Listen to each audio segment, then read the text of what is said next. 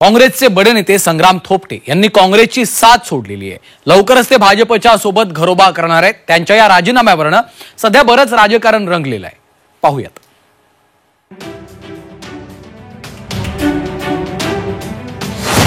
महाराष्ट्रात काँग्रेसला मोठा दणका। ज्येष्ठ नेते संग्राम थोपटेंचा अखेर काँग्रेसला रामराम। थोपटेंचा लवकरच भाजपत पक्षप्रवेश। काँग्रेसचे बडे नेते आणि माजी आमदार संग्राम थोपटेंनी अखेर काँग्रेसला रामराम ठोकलाय। त्यांनी काँग्रेसच्या सदस्यत्वाचा राजीनामा दिलाय। लवकरच ते भाजपत प्रवेश करणार आहेत। त्याआधी उद्याच मेळावा घेऊन ते पुढची राजकीय दिशा निश्चित करणार आहेत। दरम्यान त्याआधीच थोपटेंनी आपल्या फेसबुक प्रोफाइलवरून काँग्रेसचं चिन्हही हटवलंय। खरतर थोपटे विधानसभा निवडणुकीत हरल्यापासून अस्वस्थ होते। दरम्यान काँग्रेस प्रदेशाध्यक्ष हर्षवर्धन सपकाळ यांनी थोपटेंच्या राजीनाम्यावर प्रतिक्रिया दिली आहे। काँग्रेसनं 2019 मध्ये महाविकास आघाडी सरकारच्या काळात जेव्हा नाना पटोलेंनी विधानसभा अध्यक्षपदाचा राजीनामा दिला होता तेव्हा थोपटेंना विधानसभा अध्यक्ष करण्याचं ठरवलं होतं। मात्र तेव्हा देवेंद्र फडणवीसांनी त्यांना त्या पदापर्यंत जाऊ दिलं नाही असं म्हणत सपकाळांनी भाजपवर हल्लाबोल केलाय।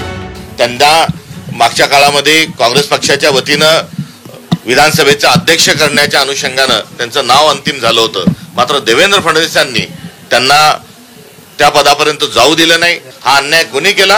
हा अन्याय देवेंद्र फडणवीसांनी केला।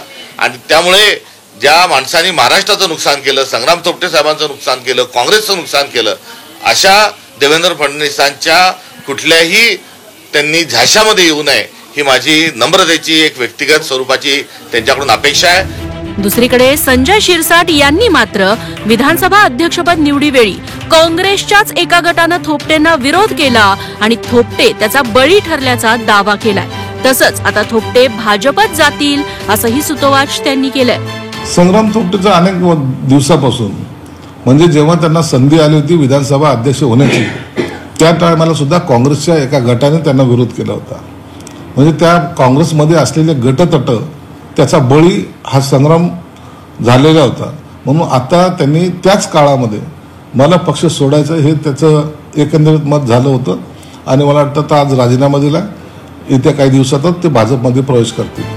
थोपटे हे भाजपसोबत जाणार अशी चर्चा असताना सुप्रिया सुळेंनी मात्र संग्राम थोपटे महाविकास आघाडी सोबत राहतील अशी आशा व्यक्त केली आहे। माझे स्वतःचे आणि संग्रामदादांचे अनेक वर्षाचे अतिशय जवळचे कौटुंबिक संबंध राहिलेले आहेत आणि सगळ्या इलेक्शन्सला, लोकसभेला आणि विधानसभेला आम्ही ताकदीने एकमेकाचं काम केलेलं आहे आणि त्याच्यामुळे माझी अपेक्षा आहे की ते महाविकास आघाडी बरोबरच राहतील।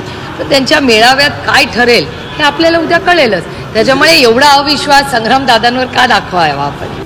खरं तर पुण्याच्या आणि खास करून भोर परिसरात थोपटे कुटुंबाचं वर्चस्व मागच्या अनेक दशकांपासून आहे। थोपटे कुटुंब काँग्रेसचं कट्टर समर्थक, भोरमधील मोठं राजकीय घराणं म्हणून ओळखलं जातं। संग्राम यांचे वडील अनंतराव थोपटे 6 वेळा भोर विधानसभेचे आमदार राहिले होते। संग्राम थोपटेही 3 वेळा भोरमधून आमदार म्हणून निवडून आले। या विधानसभेत मात्र राष्ट्रवादी अजित पवार गटाचे शंकर मांडेकर यांनी संग्राम थोपटेंचा पराभव केला।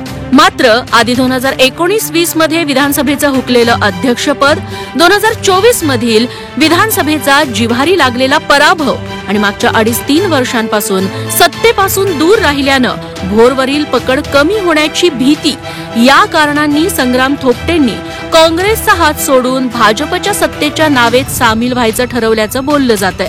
आता उद्याच्या मेळाव्यात थोपटे नेमकी काय भूमिका जाहीर करतात याकडे महाराष्ट्राचं लक्ष असेल। ब्युरो रिपोर्ट, झी 24 तास।